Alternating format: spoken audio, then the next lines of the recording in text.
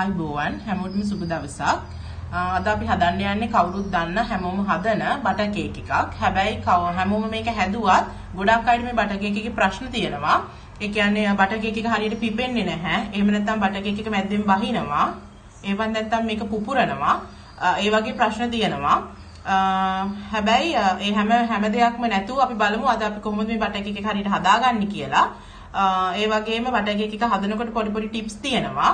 ඒ වගේ පොඩි ටිප්ස් අපි අනුගමනය කරේ නැති වුණාමත් අපිට හොඳ බටර් කේක් එකක් ගන්න බැරි වෙනවා. ඒ නිසා අද අපි බලමු අපේ අතින් වෙන පුංචි වැරදි මොනවද මේ බටර් කේක් එක හදනකොට නිවැරදිව අමුද්‍රව්‍ය තෝරගන්නේ කොහොමද? ඒ අමුද්‍රව්‍ය වල ප්‍රමිතිය කොහොමද අපි බලන්නේ? මේ හැමදේම අද අපි බලමු. දැන් අපි බලමු අපිට අවශ්‍ය කරන ද්‍රව්‍ය මොනවද කියලා. කිලෝග්‍රෑම් 1 ප්‍රමාණයේ බටර් කේක් එකක් හදන්න.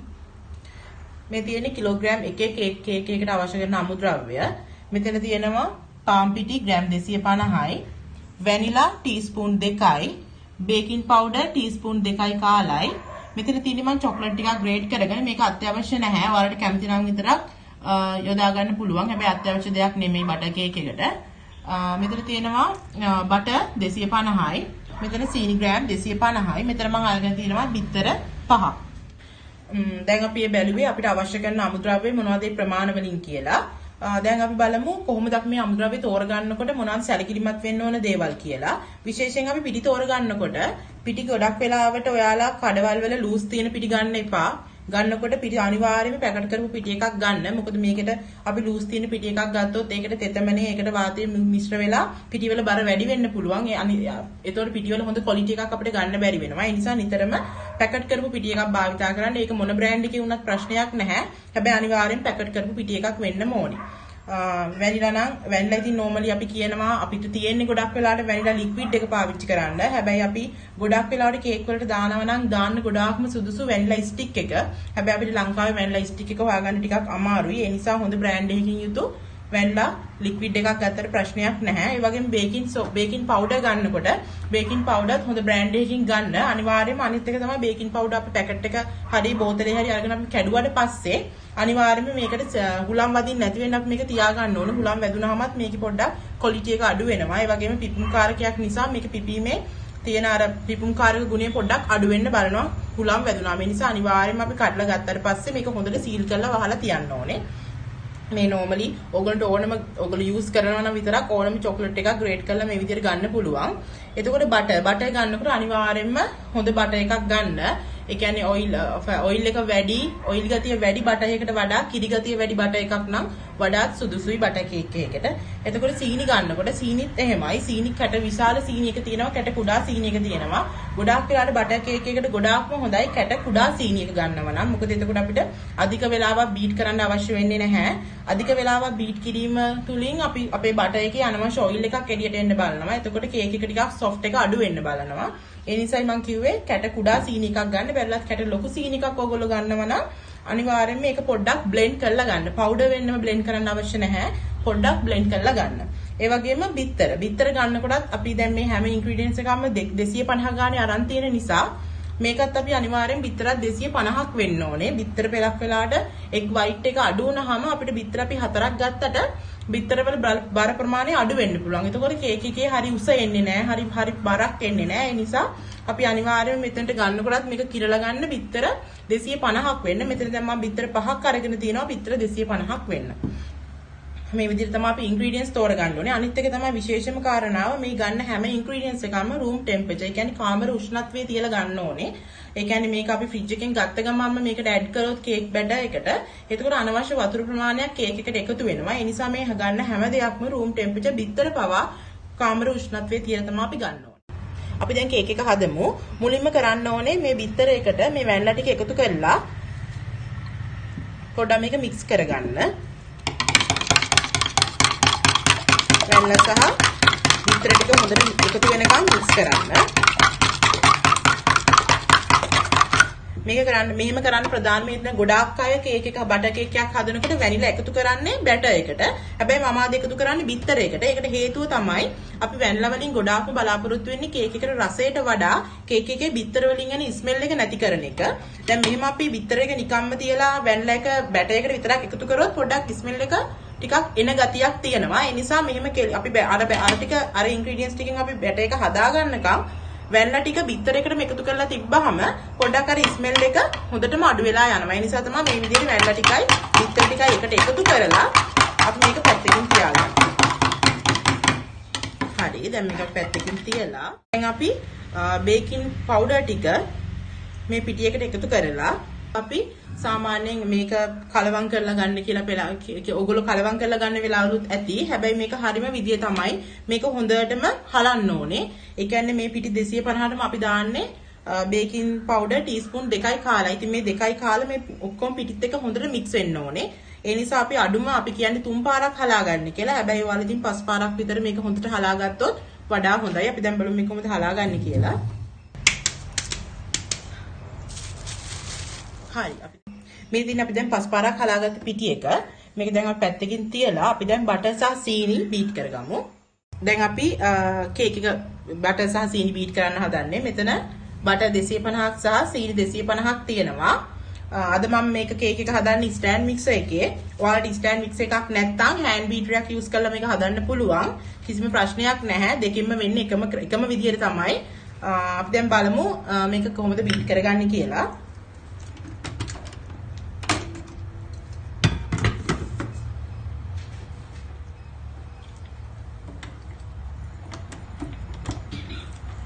මුලින්ම මේකට අපි බටර් ටික එකතු කරනවා.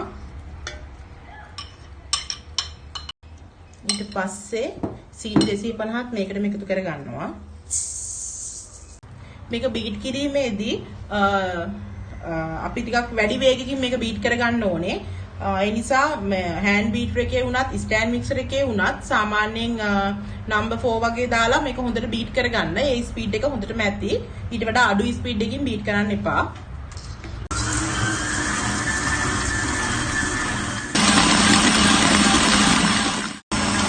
දැන් බටර් සහ සීනි හොඳට බීට් වෙලා තියෙන ක්‍රීම් එකක් වෙනතුරු දැන් අපි බලමු අපි මේක ඉස්සලා එකතු කරගෙන පොඩ්ඩක් තව බීට් කරලා ඊට පස්සේ අපි විතර ටික ටික මේකට ඇඩ් කරමු.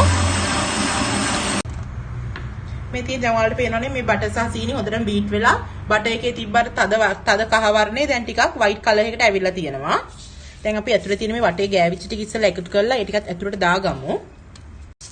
සීනි ටික හොඳටම දිය වෙන්න ඕනේ. සීනි කැට තිබ්බොත් ඒක හරියට රෙසිපි එකට හරි කේක් එකක් විදිහට හැදෙන්නේ නැහැ. අනිවාර්යයෙන්ම සීනි හොඳටම දිය වෙලා මේක ක්‍රීම් එකක් විදිහට හැදෙන්න ඕනේ. දැන් අපි තව ටිකක් වෙලා සාමාන්‍යයෙන් මේක සම්පූර්ණ බීට් වෙන කාලය, ඒ කියන්නේ සීනි සහ බටර් සම්පූර්ණයෙන් බීට් වෙන්න ගත වෙන කාලය අඩුම විනාඩි 15ක් වගේ ඔයගොල්ලෝ හොඳට මේක බීට් කරගන්න. විනාඩි 10ක් 15ක් අතර කාලයක් හොඳට මේක බීට් කරගන්න. ඊට පස්සේ තමයි අපි මේකට බිත්තර සහ වැනිලා මිශ්‍රණයෙන් ටික ටික එකතු කරන්නේ. හරිද? දැන් අපි තව විනාඩි 5ක් විතර මේක හොඳට බීට් කරගමු. දැන් අපි විනාඩි 5ක් මේක නැවතත් බීට් කරා. දැන් මේක හොඳටම බීට් වෙලා බටර් සහ සීනි ක්‍රීම් එකක් විදිහට ඇවිල්ලා තියෙන්නේ. ඔයාලට දැන් පේනවා මේ බැලුවම බටර් සහ සීනි හොඳටම දැන් බීට් වෙලා මේක ක්‍රීම් එකක් විදිහට ඇවිල්ලා තියෙනවා. දැන් අපි මේ බිත්තර මිශ්‍රණේ ටික ටික මේකට එකතු කරගන්න ඕනේ. එකපාර ඔක්කොම බිත්තර ටික එකතු කරගන්නේ නැහැ. ටික ටික එකතු කරමින් මේක නැවතත් බීට් කරගන්න ඕනේ. දැන් අපි බිත්තර ටිකක් මේකට එකතු කරලා නැවතත් මේක බීට් කරමු.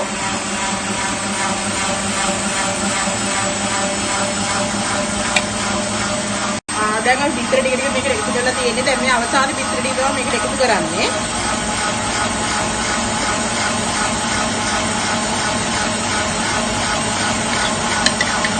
හරි, දැන් අපි බිත්තර ඔක්කොම මේකට එකතු කරලා ඉවරයි. දැන් අපි බිත්තර ටික ඔක්කොම එකතු කරලා ඉවර නිසා මේක තව විනාඩි 5ක් විතර මේ විදිහටම බීට් වෙන්න දෙන්න ඕනේ. දැන් මේක සම්පූර්ණයෙන්ම බීට් වෙලා ඉවරයි. අපි දැන් මැෂින් එක ඔෆ් කරලා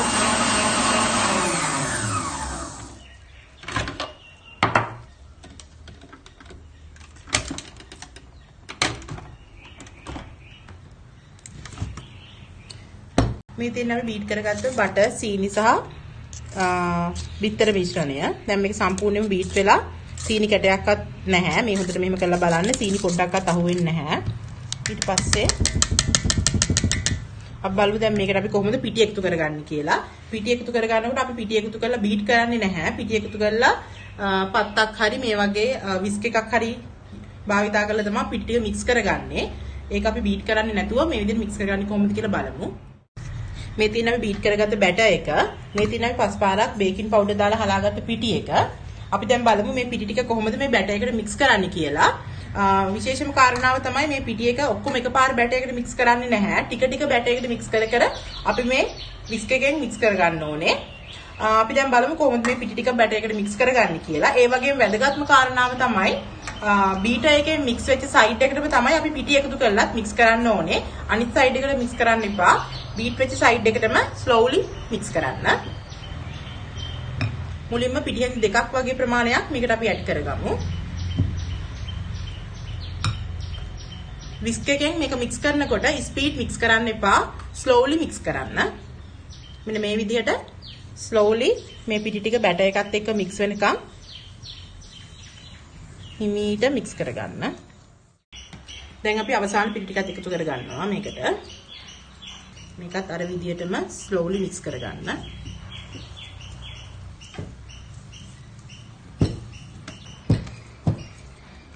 හරි දැන් ඔයාලට පේනවා බැටර් එක හොඳට මික්ස් වෙලා තියෙන්නේ. පිටි ටිකක්වත් උඩ පේන්නේ නැහැ. සම්පූර්ණයෙන් බැටර් එක හොඳට මික්ස් වෙලා තියෙනවා. දැන් අපි ඔයිල් පේපර් දාලා හදාගත්ත කේක් තැටියට මේ බැටර් එක එකතු කරගන්න ඕනේ. අපි දැන් යටටම අපේ බැටර් එක දාගෙන තියෙන්නේ. ඊට උඩින් අපේ චොක්ලට් කුඩු ටික දාගෙන තියෙනවා. ඔයාලා කැමති නම් විතරක් මේ චොක්ලට් කුඩු දාන්න පුළුවන්. නැත්නම් සම්පූර්ණ බැටර් එකම දාලා බේක් කරගන්නත් පුළුවන්. දැන් චොක්ලට් කුඩු ටික උඩින් නැවතත් මේ ඉතුරු බැටර් ටික අපි දාගන්නවා. දැන් අපි සම්පූර්ණ බැටර් එක කේක් තැටියට එකතු කරගෙන තියෙන්නේ. දැන් අපි මේක අපිට අවශ්‍ය විදිහට හැම පැත්තටම එක සමානව යන විදිහට හොඳට තුනී කරගමු. යට තියෙන චොක්ලට් කුඩු එක ඒ උඩට තමයි අපි මේ බැටර් එක දැම්මේ. මේ විදිහට හොඳට වැඩි අතින් තද කරන්නේ නැතුව මේක හරි සොෆ්ට්ලි මේ තුනී කරගන්න. බැටර් එක අතින් තද කරන්න එපා. උඩ තුනී කරනකොට පරිස්සමෙන් උඩින් වගේ තුනී කරන්න. තද කරන්න එපා අතින්.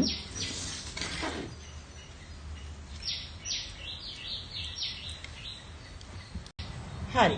දැන් අපේ කිලෝ එකේ කේක් බැටර් එක තැටියට එකතු කරලා ඉවරයි.